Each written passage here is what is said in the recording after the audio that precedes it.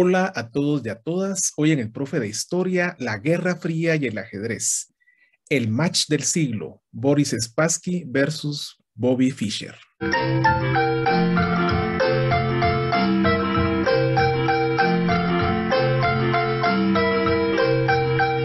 Hola a todos y a todas. Hoy en el Profe de Historia estudiaremos un tema muy interesante, la Guerra Fría y el ajedrez, el match del siglo celebrado entre Boris Spassky y Bobby Fischer. La Guerra Fría y el ajedrez se unieron en el match del siglo disputado en 1972 entre el soviético Boris Spassky y el estadounidense Bobby Fischer.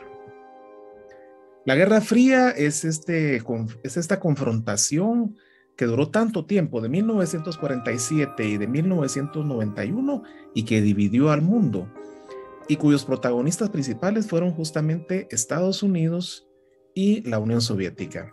Y qué casualidad, porque justamente la primera y la única vez que se enfrentaron en la Guerra Fría a nivel ajedrecístico dos grandes rivales fueron en ese momento de 1972, Boris Spassky por la Unión Soviética y Bobby Fischer por Estados Unidos, cuando disputaron ese match del siglo en Reykjavik, Islandia, del 11 de julio al 1 de septiembre de 1972. Algo interesante es que la Guerra Fría estaba en su apogeo y los líderes de ambas naciones querían demostrar que a través de ese match del siglo podían ser uno superior al otro, como era en toda la Guerra Fría. Y justamente Henry Kissinger, consejero de Richard Nixon, el presidente de los Estados Unidos para 1972, fue quien impulsó a Bobby Fischer a que participara en ese match, porque Bobby Fischer se estaba haciendo para atrás, no quería participar porque tenía ciertas discusiones sobre la forma en que se estaba organizando el match y no quería jugar. Pero Henry Kissinger lo empujó porque le decía, este es el momento de hacer grande a los Estados Unidos en un deporte en el cual hasta el momento no ha brillado frente a nuestro eterno rival. Y lo propio hizo Leonid Brezhnev, el secretario general del Partido Comunista de la Unión Soviética, el equivalente al presidente. Él literalmente le dijo a Boris Spassky que no podía perder ese torneo porque era una cuestión de Estado, es decir, la Guerra Fría en su máximo apogeo, incidiendo en el ánimo de los dos competidores. ¿Quiénes habían sido campeones del mundo del ajedrez durante la Guerra Fría? Es bien interesante porque fue un dominio totalmente soviético. El primero de ellos fue Mikhail Botvinnik, quien se consagró campeón entre 1948 y 1961. No de manera sucesiva, pero sí fue 5 veces campeón del mundo, algo brillante realmente. Otro soviético fue campeón del mundo, Vasily Smyslov, entre 1957. Mikhail Tal en 1960, también de la Unión Soviética, fue consagrado campeón del mundo. Tigran Petrosian de la Unión Soviética entre 1963 y 1966. Y finalmente, Boris Spassky, uno de los contendientes del match del siglo, quien había campeonizado justamente en 1969 y que también era de la Unión Soviética. Es decir, el dominio soviético en el mundo del ajedrez era apabullante para aquel tiempo. ¿Cómo llegó cada uno de los rivales a este torneo? Es muy interesante. Por ejemplo, Spassky había perdido el campeonato contra Tigran Petrosian, otro soviético, en 1966, pero justamente contra Tigran Petrosian ganó el título y por lo tanto se proclamó campeón del mundo en 1969. ¿Esto qué significa? Que llegaba al match del siglo como campeón en ese momento. De tal manera que habría que preguntarse cómo llegó el retador, cómo llegó Bobby Fischer al match del siglo. Muy interesante. Él tuvo que jugar un torneo de candidatos en 1971 contra grandes rivales. En medio estaba Bobby Fischer de un gran grupo de soviéticos y alguno que otro de otras nacionalidades, pero los soviéticos dominaban la escena mundial del ajedrez. Así es que en los cuartos de final se batió Bobby Fischer contra Mark Taimanov de la Unión Soviética, a quien doblegó aplastantemente por 6-0. La semifinal la luchó contra Bent Larsen, un danés, a quien derrotó también de manera totalmente arrasadora, 6-0. Y la final la jugó con el ex campeón del mundo, ni más ni menos Tigran Petrosian, de la Unión Soviética, a quien derrotó 6.5-2.5.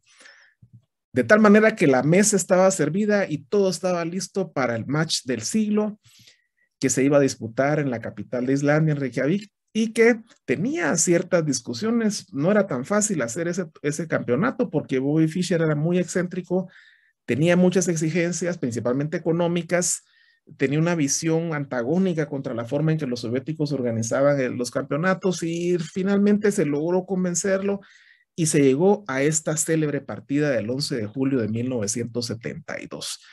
Esta es la posición donde los expertos demuestran que Bobby Fischer acababa de jugar tomando un peón, el alfil en la casilla H2, acababa de tomar un peón de las blancas y eso realmente trajo la ruina porque ese alfil va a quedar atrapado por las piezas blancas y eso finalmente va a significar una derrota. Sin embargo, lejos de preocuparse por esa derrota y de hundirse, Bobby Fischer, al contrario, sacó ánimos, sacó fuerzas de flaqueza y se dio el lujo, ni más ni menos, de no presentarse en la partida número 2, aduciendo ciertas contradicciones y sus nuevas excentricidades para variar.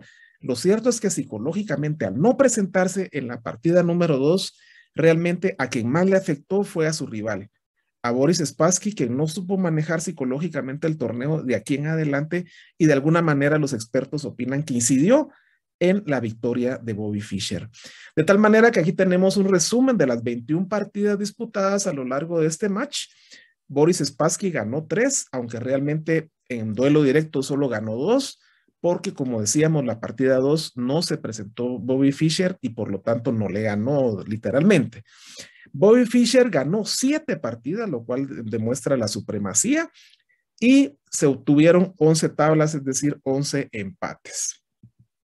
De esa cuenta tenemos el día 31 de agosto de 1972, cuando se celebró la partida número 21 de las que se tenían que disputar, porque la victoria la tenía que obtener quien obtuviera 12.5. Si Bobby Fischer ganaba esta partida, llegaba a 12.5 y se proclamaba campeón del mundo. Esa es la posición número de la posición número 41, de la jugada número 41, cuando en aquellos tiempos se acostumbraba que se podía postergar la partida. Y en ese momento acababa de jugar el campeón vigente, Boris Spassky, la jugada que tenemos en el tablero, alfil de 7, pero no se continuó en el momento, sino que se aplazó la partida para el día siguiente.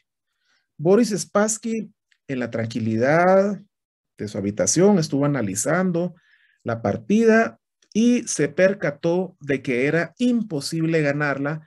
Por lo tanto, debido a que el rival tenía más poderío porque la torre era más poderosa que el alfil y eso en un final iba a ganar sea como sea Bobby Fischer, de tal manera que el 1 de septiembre de 1972 Boris Spassky llamó a los organizadores y les dijo que ya no se iba a presentar, por lo tanto declinaba y abandonaba la partida. Con eso, justamente Bobby Fischer se proclamaba campeón del mundo. Algo interesante es que el mundo occidental se volcó al ajedrez como nunca antes, porque en el mundo oriental, en la parte soviética, en la parte comunista del mundo, sí se practicaba el ajedrez, de hecho, como un deporte nacional, como habíamos dicho. En cambio, en el mundo occidental, en Estados Unidos y otras naciones occidentales, América Latina, no se conocía mucho el ajedrez de alto nivel, pero Bobby Fischer y Spassky se encargaron de hacer notable este deporte porque al hacerlo a través de un match se popularizó de una manera increíble. Ahí fue cuando se conoció a nivel mundial, se hicieron muchos libros como este de Bobby Fischer, El triunfo de una obsesión, de Luciano Cámara y Herman Pilnik, que le dio la vuelta al mundo latinoamericano, por ejemplo, y que a través de ese libro se conoció cómo se disputaron esas célebres partidas.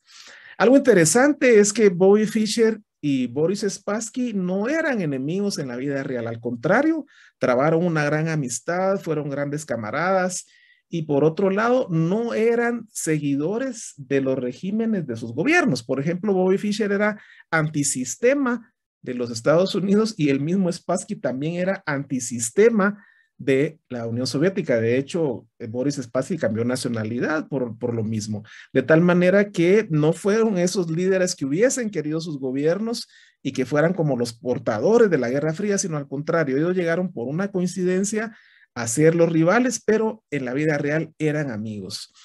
Y así lo demuestra estas partidas que se disputaron 20 años después en una célebre revancha en 1992, donde nuevamente ganó Fischer. Algo interesante es que, por ejemplo, en Reykjavik, que fue el último lugar de residencia de Bobby Fischer, él se quiso ir a vivir ahí sus últimos años. Ahí se creó el Museo Nacional de Islandia para explicar todos los acontecimientos y hoy el visitante puede disfrutar, por ejemplo, de este tablero y de este reloj que fueron utilizados en ese match del siglo. Y finalmente, Garry Kasparov, otro gran campeón del mundo del ajedrez, visitó la tumba de Bobby Fischer allá en Reykjavik el 9 de marzo de 2014, una fecha paradigmática porque el 9 de marzo era el cumpleaños de Bobby Fischer. Y con eso, Kasparov demostraba tener un gran respeto a Bobby Fischer, uno de los grandes contendientes frente a Boris Spassky de este célebre match del siglo. Y es así como el profe de historia rinde tributo a dos de los más grandes ajedrecistas del mundo que se enfrentaron en un duelo decisivo en Reykjavik, Islandia, en 1972. Boris Spassky y Bobby Fischer. Muchas gracias.